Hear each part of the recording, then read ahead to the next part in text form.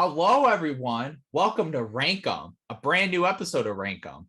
You're probably wondering, this isn't us and our friends. It's not. No. I have taken Rank 'em and brought it to ChannelBK, and literally not a whole lot has changed. I don't want to ask Montez very last minute for a beat, so this is probably going to be a very quiet Rank 'em. So he's not going to have a cool Kendrick Lamar inspired beat. But yeah, Rank 'em. Same show you know from us and our friends. It's going to be a lot longer. It's not going to be crazy edits. It's going to be kind of a podcasty thing. And it's still going to be me bringing someone in and talking about things that, you know, we want to rank and that we're into. I brought this guest on the first time when we did Radiohead on us and our friends. And I know we were excited to do that. He brought up the ideas. And this time around, I brought him to do Kendrick Lamar albums, and that is Mr. Joshua Kirk. Hi. Hello. Hi. This is not going to be the only Rank 'em we do this year. We're not going to spoil what the other one's going to be, but we will let you stay tuned for that. But he will be back on ChannelBK to do that. But he's on ChannelBK as well because we do a show called What's on Repeat. So I'm going to plug that. If you haven't watched it, we talk about music from the years that we talk about it is currently this year. And we talk about kind of over a few months and what we're into, what we're listening to, what we're excited about. So go check that out if you haven't. And obviously go check out Joshua's channel because he does great stuff. Yeah, so we're going to be ranking none other than K Dot, aka Kenny Llama, aka Kung Fu Kenny, aka that was a good. I don't know if it's synced up. I hope it's synced up. For me. Ain't nobody praying for me, aka Cornrow Kenny, aka Kendrick, Mr. Duckworth, aka Kendrick Lamar albums. This the video, this will be uploaded on his birthday, so we're going to be discussing and celebrating. And also, it was happy a perfect birthday time. To the goat, man. Happy birthday to the goat. And it was a perfect thing because it's been a little over a month since his return album, Mr. Morale and the Big Steppers, has come out. So we thought we'd include it. It's been a little time. We've let it digest, get put into it. So yeah, I'm excited. Are you excited, Joshua? Oh, heck yeah. I see you're ready over there with your little damn record and the CDs. But yeah, for well, this is the first. I'd say Kendrick Lamar is probably the first hip hop artist so far that I actually pretty much know the entire discography from, like, besides maybe the Black Panther soundtrack, which I know technically is not canon, but he was definitely heavily involved in that sort of thing. It's good that you brought that up. I'm going to interrupt really quick. We aren't going to be ranking Black Panther. We're going to be doing from Section 80 to his newest album. We're not including like Overly Dedicated or anything else. It is going to be strictly his 6 studio albums that he's put out. My apologies, including Untitled Unmastered. Continue what you were saying. Oh yeah, and you know the thing that's the thing that's funny is you know it's kind of funny how I it's kind of funny how I have the record. Damn, and then I have the CDs in the background because yeah, I used to sort of buy like more CDs and then I switch over the vinyl, and also the format in which I have it in is a little different for where I have these albums ranked.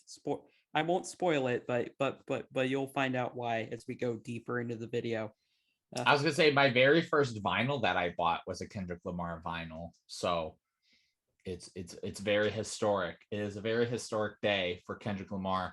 But yeah, so Josh said he wanted me to. I don't know if the volume's too great. I'm just gonna move it over a little bit. My apologies. He gave me the honors to go first. I want to start by saying I believe this is that number 6 is probably the only album of Kendrick's that misses the mark of his discography. You know, I think Kendrick Lamar has batted perfectly, and I don't think this album is trash or anything. I don't even think it's like okay. I'd probably say it's like about good. Like I think I just give it a good, maybe like a lukewarm good. And no, I am not saying this because I don't think it deserves to be higher because it's his newest album. But yes, with number 6, as I am already preparing to hear the typing and I'm ready to explain every reason why it is not fantastic, is Mr. Morale and the Big Steppers. I don't want to make this into like a 40-minute review of the album because I don't do album reviews anymore. And I know Josh and I have talked about this album a lot. Like, we have discussed this album a lot. Yes. And we've seen a lot of opinions. And I think the one person's opinion that I agree on, that I've really resonated with, and I was finally happy to see somebody say it, is a local guy. His name is Sean C. And I'm going to say this.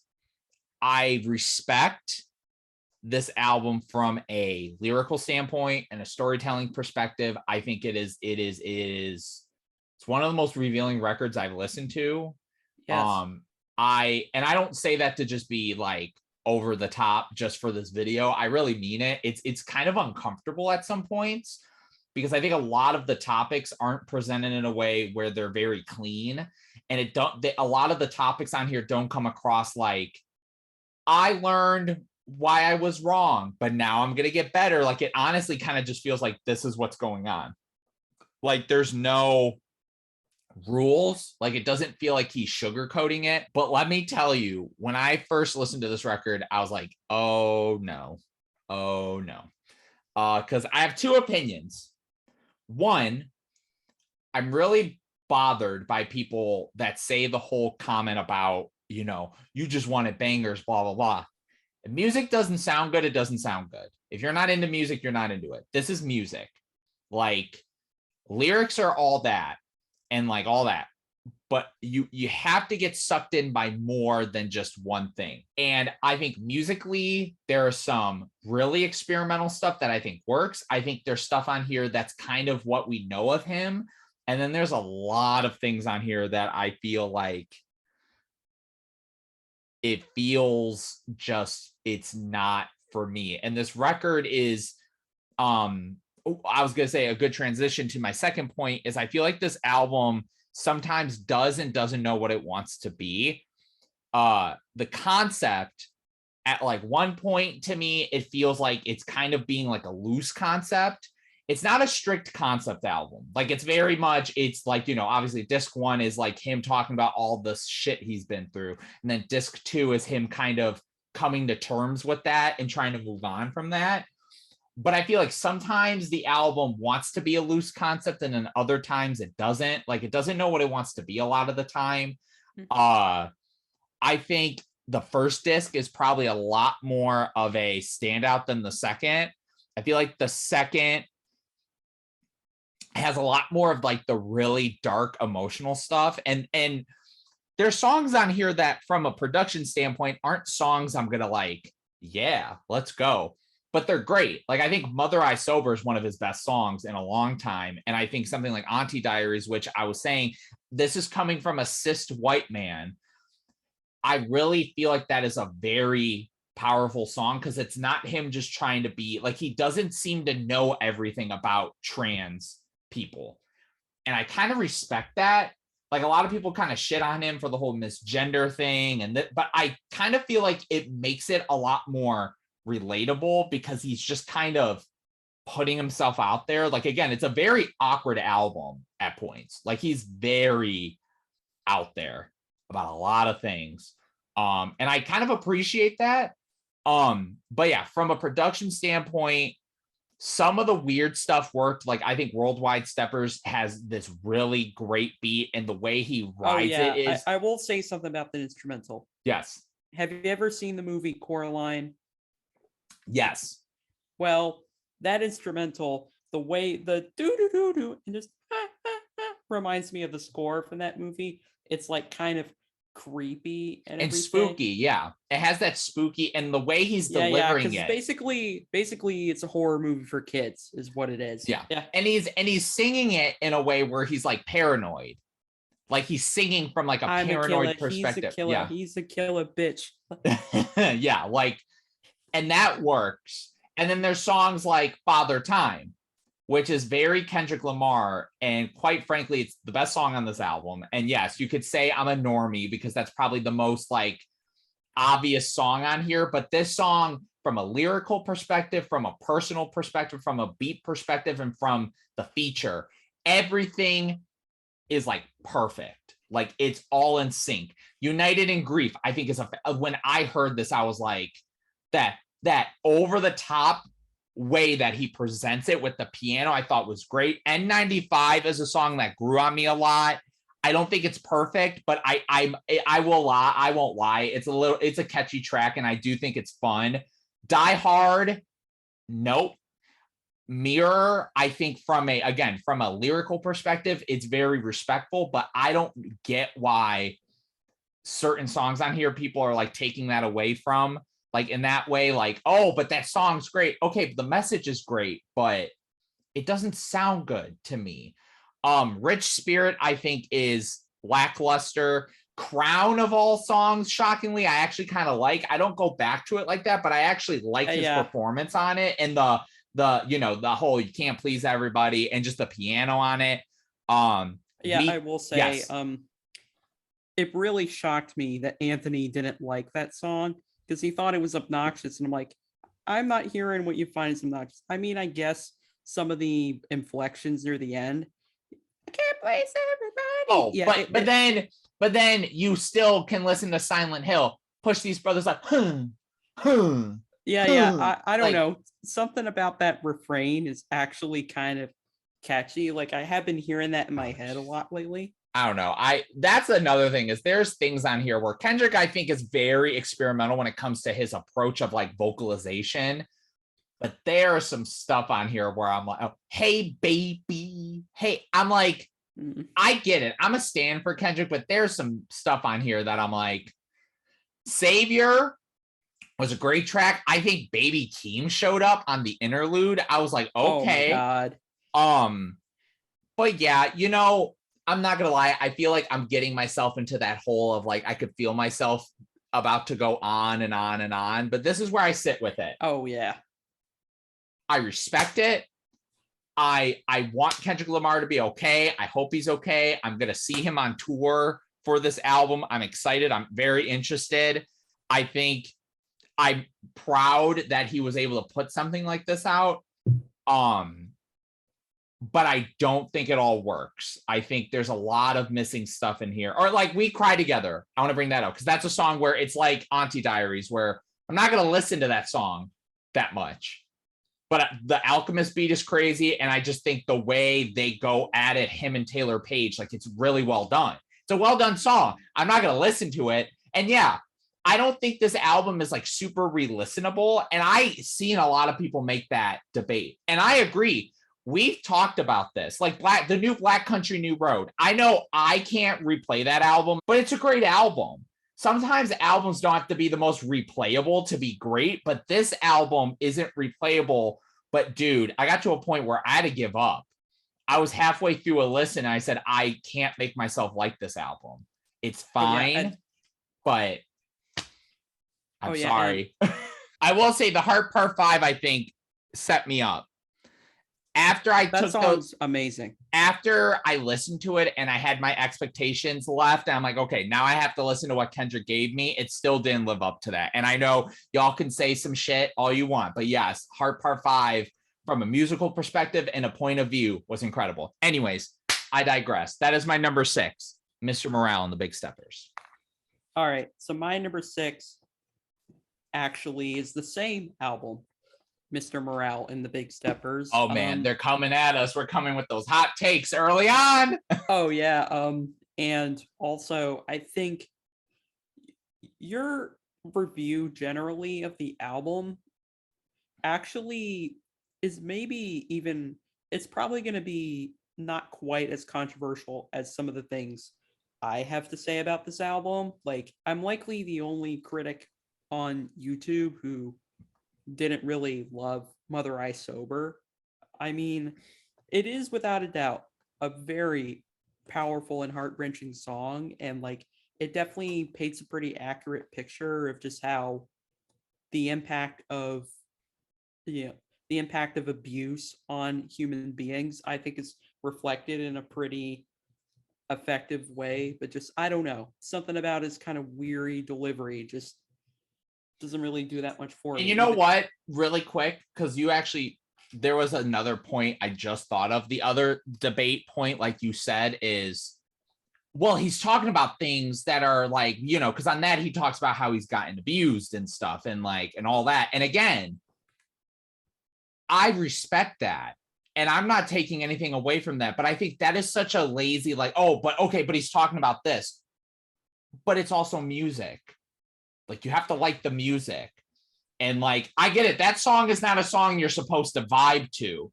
You just have to sit and listen. I get it. And like, I know unlike you, you don't like it. And I do, but I don't like that debate either. Like, okay, you have to like the album because he's talking about things that are important. Yeah, like But the music has to be good too. Yeah. Yeah, and even though I will say, I think the pianos do sound really good on that song, and Beth Gibbons on the hook. Yeah, that was gorgeous. And also, I think we have to talk about Kodak Black here because, you know, The big controversy. Because we know he's been convicted of sexual assault, and like I will say, I don't have entirely positive nor entirely negative feelings. That's how I feel about him being on there, because his vocal contributions honestly are fine on this album. Like the Rich interlude actually is actually really fascinating. Just those like pianos, the way they're just so dramatic, and him just like spitting on top of that. And yeah, I may not want to root for him as a human being, but I can't deny that he actually kind of sounds pretty decent on there. And like Silent Hill, weirdly, he sounds more hype on that song than Kendrick does. Like, how is it that like Kendrick, who has a lot of goodwill, and then Kodak Black, who's pretty much, a cancel culture target, like somehow sounding more into this beat than Kendrick, who's just kind of trying to do his best Playboy Cardi impression, and it doesn't exactly work. But yeah, like things like that, and even like the lyric in Savior where he says, people may think I'm pro back, but I'm more Kodak Black. It's actually like, yeah, people have sort of been shitting on Kendrick for that line, and but honestly, it actually kind of raises a pretty good point about how like people contain multitudes, basically, and like he, the fact that he's even willing to like look past the things Kodak has been accused of, and like this kind of says he like kind of sees himself in Kodak, because really, and I think people need to understand that people can change if they choose to. Like, and it's one of those things too where like I get where he's coming from. It's a weird person to put in that, like you said, people change. It's one of those, I don't think it hits the mark with who he's talking about, but I think, like you said, I really feel like Kendrick Lamar has the most goodwill about that, because I don't think he's trying, like you said, I think it's as general as he's not perfect. I think that's the whole comparison. And again, I know a lot of people have been shitting on him, and I think some of it is valid and invalid. Like, I think it's kind of mixed everywhere. But yeah, like you said, I think it's what he's saying that seems a little uncomfortable, but I think all he's really trying to say is, I'm not this entity that's perfect. I think that's all it is. Like, it's one of those, it may not have been the most well executed thing, but I could see what he's trying to do. Oh yeah, and yeah, a few things that I definitely want to highlight is yeah, I would say like in terms of favorite and least favorite tracks, I like United in Grief, Worldwide Steppers, and Father Time. Those are all incredible songs. Crown, I think, is a really underrated song, and Mhm. both Savior, both the interlude and the song, I think are really well done. Least favorite tracks, I'm gonna piss some people off by saying We Cry Together is hands down my least favorite Kendrick song ever. Like, Ever. yeah, I Whoa. know I totally press some buttons with that take, but like I will give the song this. The Alchemist beat on there is fantastic. I will say that. And the Florence and the Machine sample at the beginning, I think Oh is yeah. also really well implemented in there. Like, and the way it's kind of eerie, the way you hear that sample and then you hear the "This is what the world is like." Dun dun dun dun dun dun dun. Dun. Yeah, but like what really kills this song for me are like I will say, I will give Kendrick and Taylor Page this. They at least pretty accurately reflect what like these sort of toxic interactions among like these sort of couples are. But just like to me, this song just reads as like this really insufferable and just really like hard to listen to Twitter argument where like, yeah, this couple is like venting about frankly kind of stupid shit like say someone won't let you get your keys or like debating whether you know we should cancel R. Kelly because of the women that yeah yet another known abuser right there and yeah I mean the shots at Harvey Weinstein I 100% get and also like but like he's saying stuff like you're the reason Donald Trump got elected and it's just this nonstop sort of like barrage of just like fuck you like give me my fucking keys la, la, la, la, la. And then He's definitely channeling Eminem, like a like lot of the Kim similarities. but no like yeah even if I do respect what he's doing on that song and there are without other rap songs out there that are that are just like what is happening here and I definitely want to hear more because they actually sound kind of interesting but like no I hate the song the yeah like and then like Auntie Diaries you were saying the whole thing about yeah the fact that he's sort of telling it like it is it makes it really relatable well as someone who is a like strong who I am extremely picky about how you write these kind of songs about coming to terms with people from the LGBTQ Oh, community. I just forgot a very specific thing, and I know you're gonna say it now. Yeah, but yeah, like I mean, even if he's trying to make a point and trying to satirize a few things on this song, like the whole dead naming thing, just no, no one should do it. Not in music, not in journalism, no one. Like, and honestly, as someone who actually is maybe a little attracted to men myself, like, yeah, the song just, I can't bring myself to care about it because, you know, just like, I mean, if you're still coming to terms with this whole thing, fine, but you don't have to like tell people necessarily like yeah and as someone who is like a proud supporter of this community and it's Pride Month right now so we're kind of thinking about yeah how we should support this community and be safe like uh it's like no like that song does not land at all for me and Mr. Morale I think is hands down the worst beat on the entire album That's a Pharrell beat too.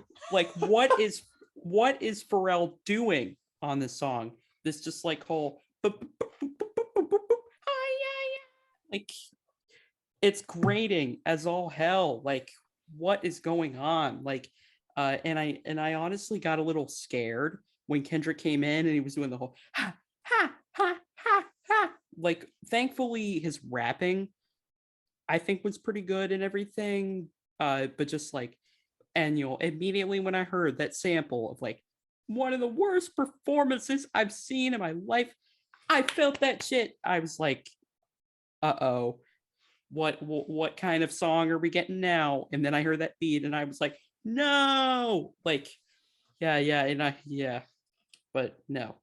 Uh, I will say, on a slightly more positive front, there's actually a lot of really solid features across this album. Like you already highlighted Sampha, Keem. I'm shocked none of us brought up Ghostface Ghostface Killah. Killah, who, yeah, he had the shine on that song. He came Yes, through. yeah, for sure. And I think because I think that song is fine, but just like it was a little snooze to me, and also Sam Do. Sam Do killed it on this album. I hope you find Oh some yeah. peace of mind in this lifetime. Anytime he shows up, I get goosebumps, and Because he was all I on the album. like I'm almost moved to tears every time he comes on, and obviously he's on Savior as well, which I will say, like, from a production standpoint, this album actually sounds really solid production wise for the most part. And I know I've already gone on for a long time because really it's hard not to with this particular album, but Yeah. yeah, like the beats are really good, and also I really like some of the more cinematic, like symphonic instrumentations. Like the strings actually sound amazing on this album, and also the whole that like the tap dancing thing that happens throughout the album is a cool little quirk of like Anthony, brought up a good point about this feeling like him performing his trauma for his audience. Like, yeah, it's a cool little like bit of symbolism or metaphor. And I will say, I weirdly like Mirror a little more than you, but I will say my problem with the song isn't, the production or that Kendrick's performance isn't good. It's more just like lyrically, for the most part, I like it, but like, I don't know, something about his whole I choose me, I'm sorry, like message, and his whole thing about wanting to change the world is like, it sounds weirdly preachy coming from someone like Kendrick, who's known for being super thought provoking. And I mean, he could make even seemingly the most cliched phrases sound so beautiful and full of layers. And I don't think he just didn't do that here because, yeah, but yeah, like, this is definitely an example of where, admittedly, generational trauma, abuse, and personal growth and reconciliation are topics worth discussing. I mean, Lingua Ignota talks about the former two very effectively in what Yeah. she does and stuff like that. And obviously, we saw her come out about her ex and everything. But like, and also, yeah, you could argue in a way, Kendrick has already kind of discussed these issues on like all his other albums, and he's just kind of doing it in a slightly more just unhinged sort of way, and that's definitely respectable. But like, yeah, like I wanted to love this album because it's been so long since we've gotten something from him, and no, I ended up being kind of disappointed with how it turned out. Yeah. Well, you know what, Josh? I know you do a lot more deep diving than me, but I feel like the next couple albums that we're going to discuss will be more positive, more uplifting, Yes. and I think we'll get through them a lot quicker because I know this album being so fresh, I knew you and I want to say a lot of our thoughts. So let's move on to albums that maybe don't have as many big thoughts to them. So yeah, I think 5 through 1 are all great, if not fantastic albums. And we're going to start with the very beginning of the studio albums at number 5, and that is Section 80. You listen to this album and you just know the ambition, and we are talking about Mr. Morale and the experimental stuff that doesn't work. I think this is an album where there are a lot of moments where there's like the poppier stuff, or there's like kind of those weird little interludes, but there's a really cool flow. This is like when Kendrick Lamar still, it's like raw and unfiltered. Like it feels indie, but it has a big scope to it because of his writing and the concepts on it, fuck your ethnicity, the way it just intros, and it's just everybody put your hands up high if you don't give up. Like you are automatically just like, this is his first album and you're already like, who is this guy? Like he's just sucking you in. And like Ronald Reagan era, I think is fantastic. I remember the first time I heard him, I heard High Power and I was like, okay. I think the production on here just has this really cool haziness to it and experimentation, but it also fits him. Like this is his most vibrant album, I feel like he's just like kind of going through it and he's just like, I don't care, I'll do what I want. Rigor Mortis is probably one of his best songs, one of his best performances, and I just love it. It's great. Yeah, I just love this album. I think it's fantastic, and it's one of those ambitious things where it's just so unfiltered. And again, kind of going from Mr. Morale, just listening to him being like, I'm going to put the album out that I want to put out. It's ambitious for the time, and it's great. For ambition, we get a guy who's able to put out B-sides or unreleased stuff that is better than some people's full albums, because at number 4, we got Untitled Unmastered. We are getting all these performances. We got the one on Colbert Report, on Jimmy Fallon, on the Grammys, and then all of a sudden we got an album of it. And this is just such a cool album, a deep dive into Kendrick Lamar. It's so cool to hear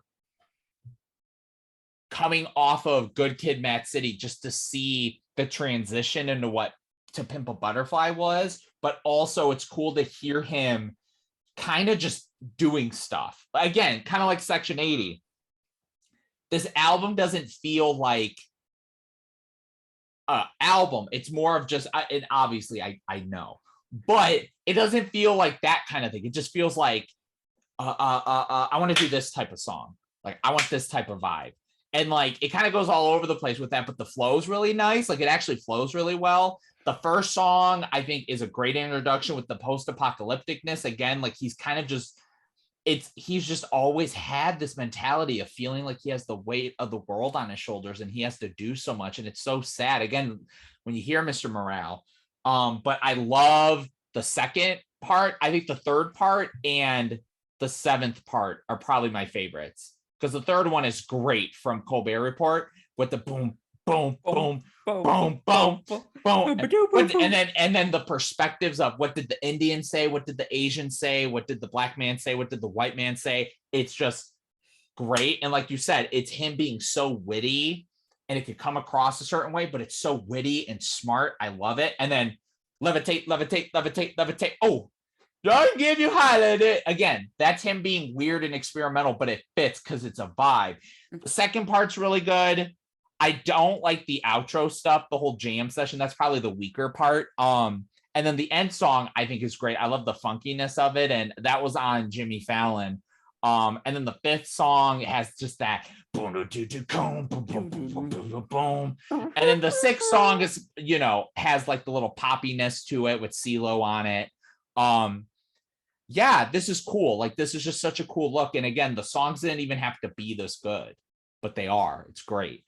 But yeah, so moving off of that, wow, we're already in the top 3, but I'm only going to do number 3 because of the way we're doing this. Here, I'm looking. Okay. Damn. That was awesome. That was great. I loved it. I did my impression as I'm wearing the shirt. Damn. So we're talking about hot topics. And here's my hot topic. I think people overlook this album. I think people think this is his, like, one of his lesser albums.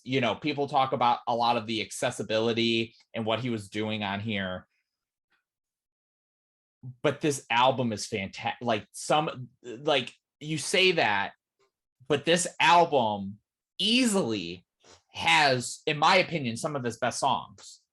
Duckworth is probably top 5 for me. I think the beat is fucking bananas. The storytelling is like top Kendrick Lamar. DNA is incredible. Like this album does a loose concept in a better way than Mr. Morale. Like it's loose and it's very much just stories and these emotions and these feelings. I think the poppy stuff on here is not nearly as ridiculous as some of the stuff that he's done that's a little poppier, more accessible. I think some of the stuff on here, it sounds fine, but I think his approach is a lot more interesting than some of those other songs I've been talking about. I think Fear is fantastic. I think Triple X with the whole U2 thing, which I know everyone was like, what? And then it happens and you're like, that's actually that's a cool feature.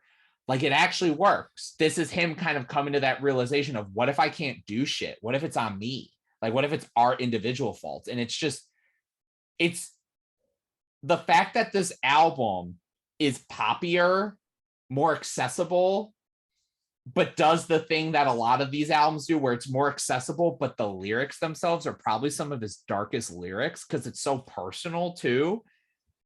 I don't know. I think people underestimate this album. I get it. There is that, the whole Humble song and Love and God. Loyalty. Oh, well, God is one of those songs where I still don't like that song, but it still kind of is catchy to me. This one got feel like laughing to the bank, like like it's when I hear him do stuff like that, I feel like I can tell, like, okay, you know what? Like, it's like when he did his features for Baby Keem. I can instantly know, like, oh, you're screwing around. Like, I get why you're doing it this way. Like, I get it. Top of the morning. Yeah, I think this album is so underrated. I really think that, I know people think it's overrated, but I think it's underrated because people think just because it's that album. And I think it's one of his more consistent albums and it is not this weak album. So, but yeah. All right. That's my 5 through 3. All right. Okay. I'm a little nervous right now because, my number 5, the position of my head is that my number 5. Oh, okay. Is Damn. Okay. I mean, I'm interested to hear. Well, I will say, I do get what you're saying here. I do agree. People tend to base their opinion of this album on like, oh, it's his poppiest album, so that means it's, it's like average compared to his other albums. That's not really where I'm at with it, but and here's the thing. My opinion on this album has definitely fluctuated over the years. Turns out I'm still stand by my whole take on like it being kind of overrated, and I think this is the album where him getting like seemingly more acclaim than like a lot of his peers sometimes gets to the point of like, okay, I get it. Like he's, a top tier. Well, why don't we, talk about some other rapper like who's also very talented? Because like for a lot of people, this was the hip hop record of 2017, but for the two of us, that album was Flower Boy. Flower Boy was the rap album of that year. Like I will definitely wave the flag for that. But at the same time, I still definitely respect what Kendrick was doing here. And I think, especially after hearing Mr. Morale and going back to this album, given how kind of all over the place and somewhat not quite complete a lot of moments on Mr. Morale do, I look at this album and I'm like, this at least feels a lot more cohesive and that, it actually flows in a pretty decent way. Element has, I think, a really great beat to it, and it's such a catchy song too. And also some of the bars, like, some of you throw rocks and try to hide your hands, just say your name and you promise a juicy candy man. Eh, and also just even his chorus on that song is like, I'ma make it look sexy. If I gotta go hard on a bitch, I'ma make it look sexy. Like, yeah, that hook is ridiculous. I love it. Triple X, I'm a little weird with that song. Like, there's stuff in there I really like a lot. And I will say, the way the beat switches from like that kind of trap beat into the wow, yeah, da, like, yeah. And the part where he straight up goes insane over top of that like siren kind of beat is bananas. I love that. And then I will say, I think it is cool how he incorporated U2 in a way where you can't even tell it's U2. But like, Bono doesn't fit on here. Like, Bono feels a little bit, just kind of slapped on there and just saying the most kind of, yeah, kind of generic and somewhat surface level, like, I agree with this dude's politics, which is why I'm on his album. I still definitely appreciate it for like what it is, and I still see a lot of merit in this album. I may say it's a kind of overrated album, but that doesn't mean I don't like, understand why Kendrick needed to make this album, or why he did, and also why it sounds the way it does, because it makes sense. And I definitely think it still feels like a Kendrick album, even if it is a little more on the mainstream side. But yeah, like, basically my feelings on this album are complicated. That there's really no other way to put it. Um, but moving on, I promise you, Brian, I love these top 4 albums Top quite a four. bit. So I'm ready. Number 4 is Section 80, his debut from 2011. I had actually never listened to this album until this year, preparing for this video. But then again, it's not like, oh, I've never listened to Pimp a Butterfly before. Yeah, it's nothing that crazy or anything. I just never got around to this album. And yeah, sure enough, as expected, I really enjoyed this record. Like, I love how, even though it's clearly his debut, from just how kind of straightforward and kind of direct it really is.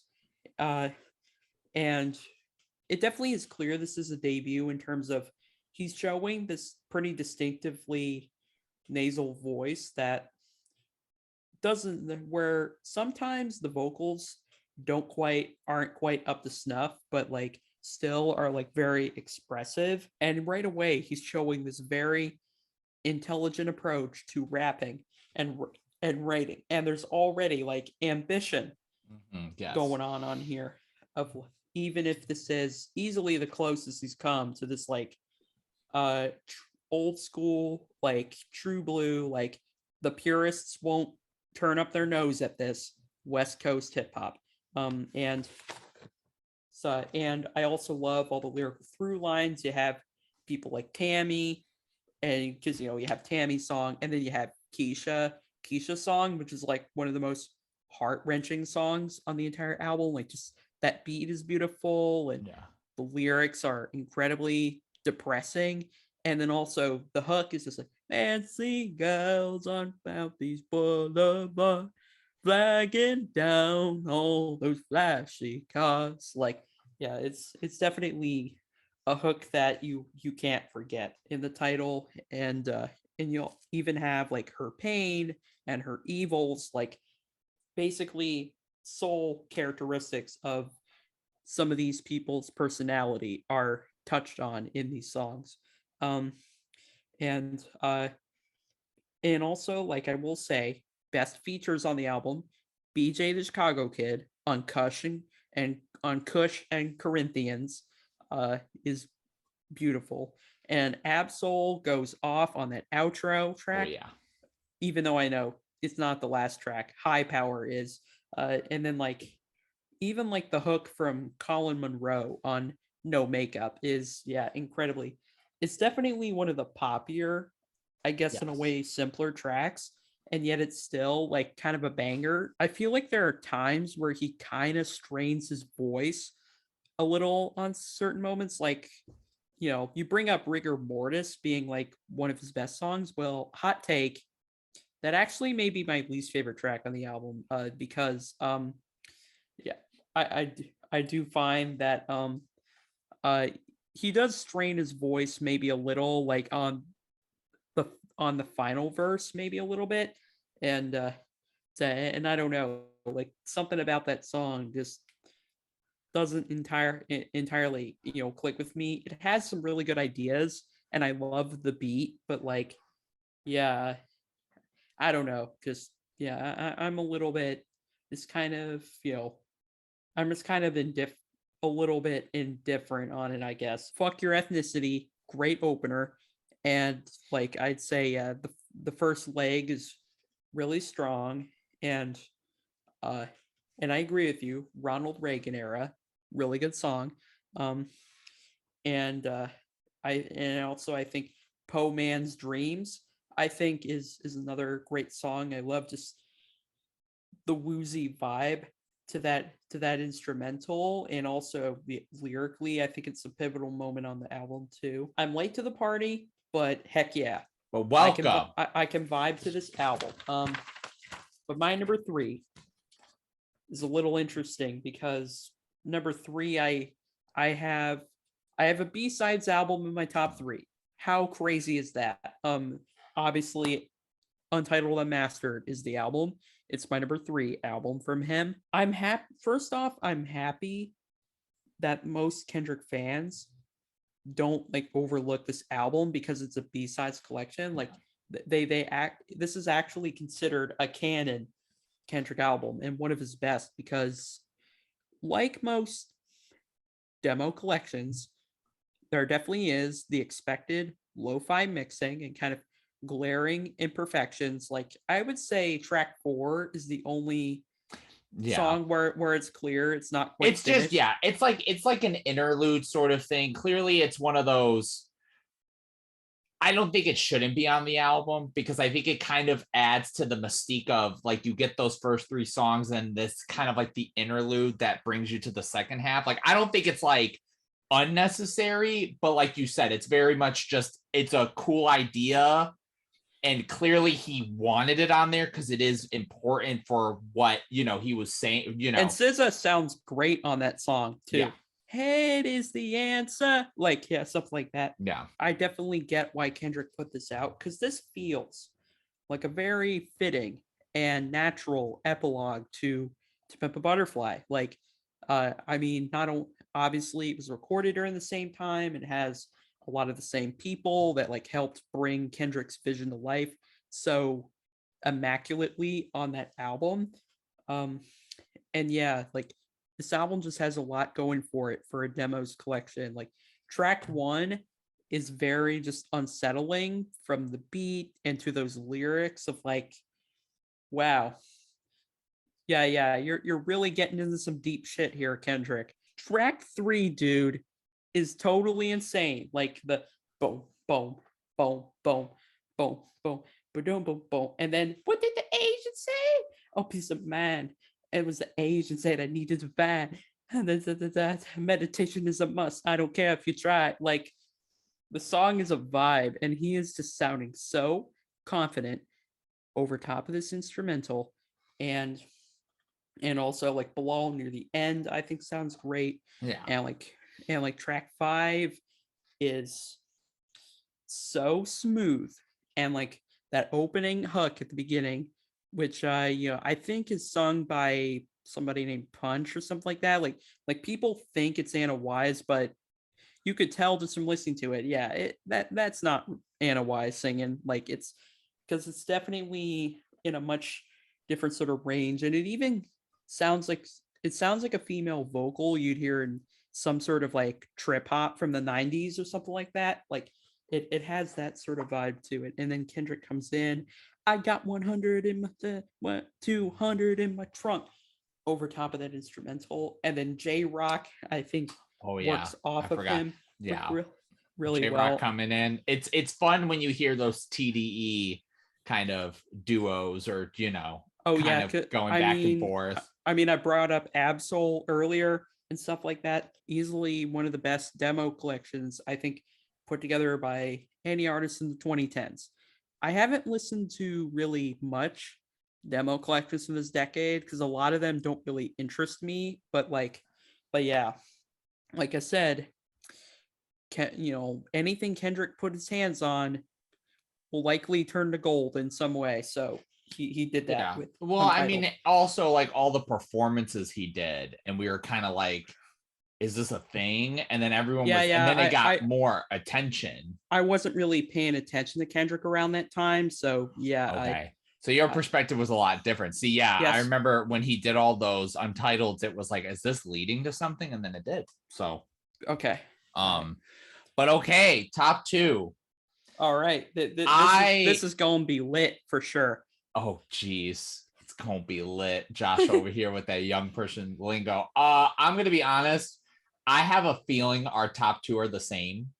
I mean, obviously they are. I mean, like the ranking of them. Number two is the first real album introduction I've had of Kendrick Lamar. It's the first album, full album of his I've listened to, and that is Good Kid, Mad City. It's weird. I'm thinking about this album. I didn't really go back to listen to it before this. I did. I kind of skimmed through it because I haven't fully listened to this album probably since I first, because I remember I listened to this and to Pimp a Butterfly before Damn came out in Section 80. So I was like, oh, I want to get an idea before going into this album. So that was probably the last time I fully listened to the album. And I think what this album does so well is this album is all over the place from a sonic perspective, but the way he weaves it all into the concept and how it goes from one song to another, it's just so it shouldn't work because the album is so all over the place sonically. We were talking about Section 80 being kind of that.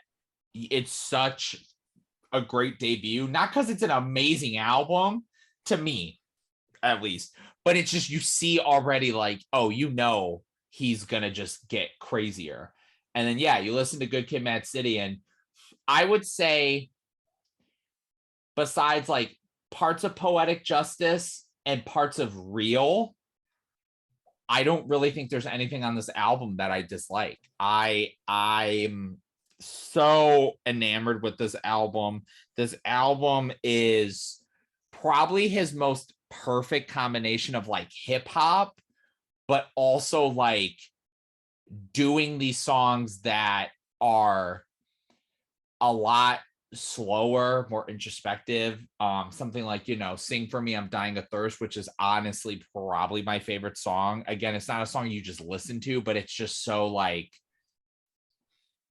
you're just like, dude, like, and then obviously you hear something like Mad City, which is obviously one of his most iconic songs, and you yeah, like that song is like, it's a banger, but it also kind of makes you feel disturbed, like just that really like well, I mean, like that beat sounds like something like out of a horror movie, and plus on top of that, the lyrics are about police brutality. And this album feels like what Nas's Illmatic did for New York. Like I feel like I'm in Compton.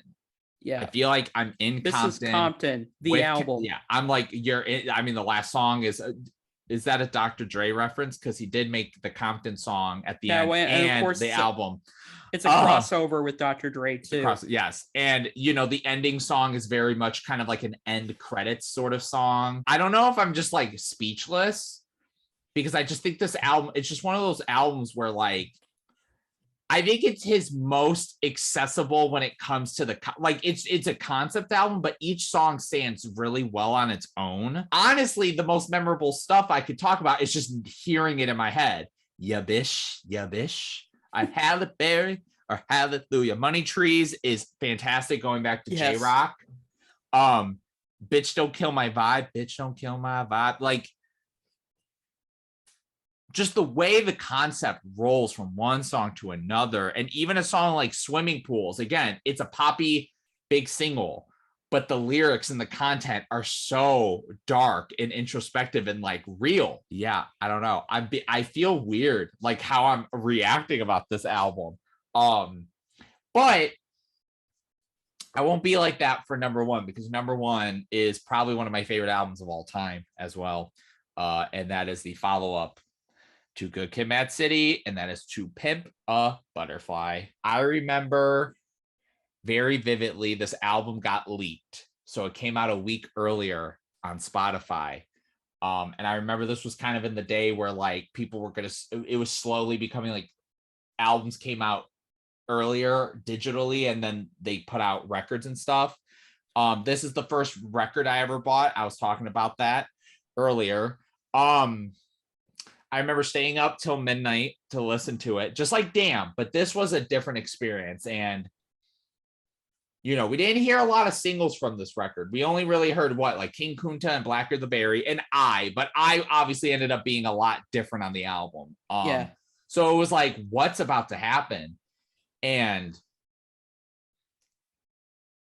this album, dude, like there is so many things about this album that work so well.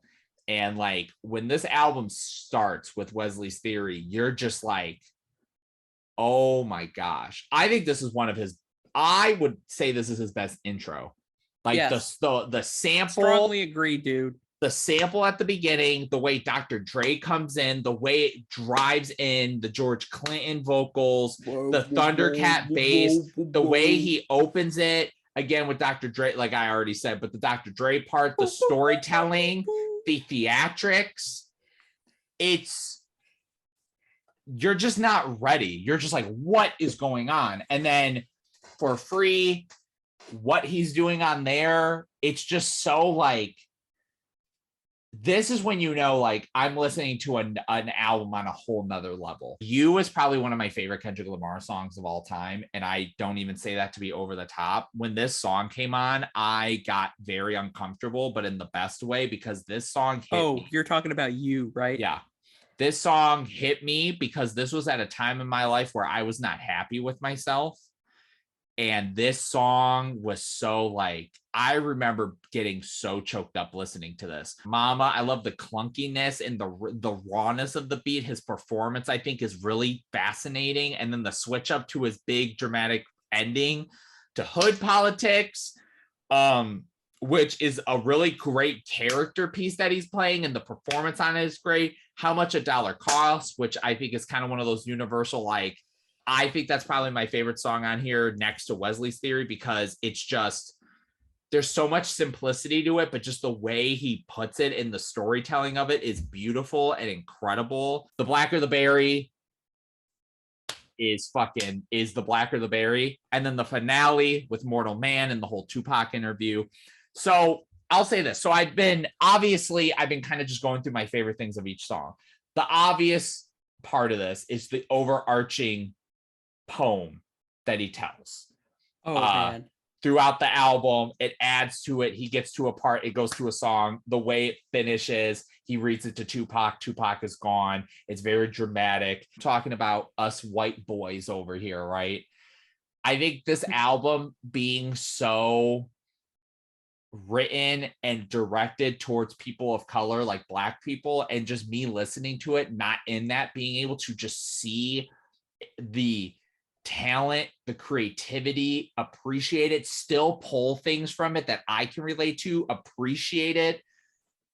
It's hard listening to this record, I feel like now, given where Kendrick is now, because it almost feels like these albums kind of feel like he's kind of feels like he's giving up, and not giving up in a bad way. I don't want that to sound like I'm being like an asshole. It's just where he is and how he's like, he wants to focus on himself. And this album being what it is, it's kind of a weird listen now if you think about it and his growth. But dude, this album is just so consistent. I don't feel like it is as long as it is. I can honestly put this record on whenever and just be like, I can listen to it. Like there's no even with you being so depressing. like, it's just one of those things where it has, I think it's his best flow of an album. Just what he's doing. It's his most streamlined project. It's his most consistent, conceptual. It's the thing that everyone talks about with this album. It's his magnum opus. I know it's like, I don't, it's that height that who knows if he'll ever reach again. It's hard to put artists in that perspective because, you don't want to be that person. But, at the end of the day, I could just say once again, this album's pretty much flawless to me. Like when I listen to it, all the songs that I'm not as like amazed by, like You Ain't Gotta Lie, I love the beat to it as I listen to it more, and just the way he writes it and just the reflection on it. To Pimp a Butterfly, one of my top 10 favorite albums of all time, is my favorite Kendrick Lamar album. Oh yeah. All right. Finally, now I can talk about my top two. My number two is also Good Kid, Mad City. I have a kind of interesting relationship with this album where, so I had never listened to this album until like the fall of 2018. Like it kind of has to do with, I didn't really get into hip hop until like 2016. As expected, I thought this record was every bit as amazing as everyone said it was. It's without a doubt a very emotional and revealing journey into Kendrick's past, where he sort of grew up in this very like rough and often hostile neighborhood. And I agree with you. This feels like he's bringing you into Compton on this album for sure. Plenty Trees, I think maybe my favorite song on here. Like Kendrick and J Rock just have a great chemistry on this one. And like the beach house sample on the beat, I think is really well done too. And it's, even with it being really long, it definitely does not feel that way, and it feels pretty easy to just listen to the first few minutes. And then of course you get a little sweet spot near the end where J Rock is just rapping his ass off. And then like Good Kid, the Pharrell beat on that song, I think is incredible. It's so cinematic. Real, which is definitely a more kind of hopeful song in the album, and Anna Wise just killing it with those vocals on that song over that beat. And then Compton, the closer, is like a really triumphant way to end the record. And like the way K-Dot and Dre like trade off little mini verses is like, yeah, amazing. Like, and it's just the perfect finale for the album. And ultimately, this record is just an amazing foundation for what Kendrick would give us. Finally, to my number one Kendrick album, which, Black Panther soundtrack. Nope. Even though I just said at the very beginning that we're exact same as Brian, To Pimp a Butterfly is my number one. This was actually my introduction to Kendrick. I mean, good introduction. Even though it came out in 2015, like I said, it wasn't until the year after that I finally started getting into hip hop. And this was one of the albums that I remember seeing on like every year-end list. And obviously, Fantano had it at number one. So I was like, all right, I'm putting this album on my list. And I listened to it like 2 full times that year and absolutely loved it. I hadn't really listened to the whole thing like again until like last year, actually. Yeah, and that's sort of, my thing with this album is it's incredible. It is indeed Kendrick's magnum opus, and everything about it I think is just done so immaculately well. But it's not an album I return to often because it is one that really requires your full attention, and you really have to kind of be in the mood to like really absorb everything. Because like, even though it definitely, the last time I listened to it, I was shocked at how it did not feel like 80 minutes. Like it actually felt like a pretty much normal length album. Uh, because yeah, it's an album that pretty much never lost my attention. Like I was all in and like just sort of like sucked in the whole time. Like it does a good job doing that for an album that is just as big as it is. And it definitely still has punchy singles and everything that are just like straight to the point, have amazing production and performances, and just have this great, like, very thought-provoking commentary to them. And I think collaborators on this album, like we have Flying Lotus and Thundercat, Kamasi Washington, Terrace Martin, and Anna Wise, which I'll just say, Anna Wise seems to be the secret sauce for like that Kendrick sound a little bit. Like it's kind of a shame we haven't heard as much of her on like No. the last couple of albums. I mean, she's definitely on at least a couple of songs. Like I know she's on at least one off of Damn, and that would be the song Pride. But like she has a beautiful voice, man, and like, you know, and she doesn't just feel like an extra singer. Like she actually weirdly seems to add to an album narratively in a lot of ways too. And like last but not least, Bilal, I thought absolutely nailed it on like his contributions too. Um, and they all just do an exceptional job really bringing Kendrick's vision to life. Complexion, I think, is a really underrated Kendrick song. I love that groove, man. It's a vibe. It's the complexion. It all is the same. Boom, boom, boom. And like this was my introduction to Rhapsody, and obviously was a great one, I think.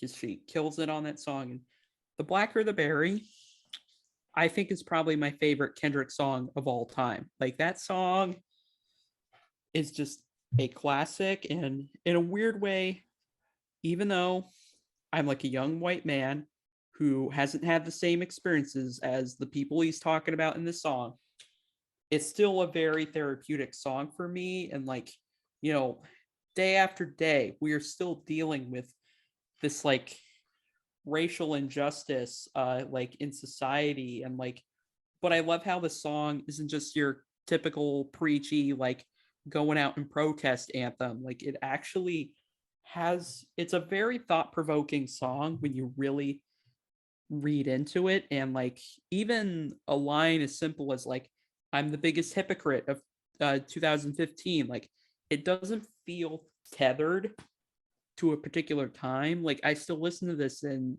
imagine him going, I'm the biggest hypocrite of 2022, like, and stuff like that.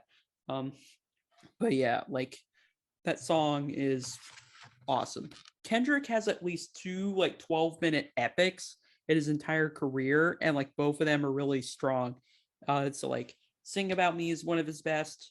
Immortal Man, I think, is easily his greatest outro to an album yet. Like obviously the chorus song is great, but what really makes the song for me is somehow what he does on like the second half of the song, which I guess technically is more than half, because like the core song is like 5 minutes, and then you have 7 minutes of just like the extra stuff, and then he has that like very surreal interview where he's like sampling Tupac. He's like asking these questions, and then like Tupac gives him the answers, and they're like from an interview he did like probably back in the 90s, but like they still ring pretty true in this context. And it's definitely very emotional to listen to as well, as is the poem he recites like at the end of the song. This is how you do hip hop right here. There you That's have my it. number one. Yes, there you have it, folks. Kendrick Lamar is a great guy. He makes great music. If you feel the same Heck way, yeah. comment below. Tell us your rankings. Tell us your opinions. All that sort of stuff. Like, comment, subscribe. I already said comment, but I have to do the normal YouTube outro. Check out What's on Repeat. It's a show we do. Check that out. Check out his channel as well, Joshua Kirk's channels. He has his reviews of some Kendrick Lamar stuff on there, so you can go check that out. Yeah, even though yeah, I'm kind of taking a little break from like doing album reviews right now, just to focus more on this and like my podcast, and also other kind of significant things going on in my life as well. Yeah, so definitely check that out and check all his stuff. And yeah, it's been fun. Thanks for joining Rankum. Oh yeah, absolutely. There'll be more Rankums on Channel BK, but until then, thank you for tuning in to Channel BK, or thank you all for watching, and thank you for tuning in to Channel BK. Peace out, everyone. All right.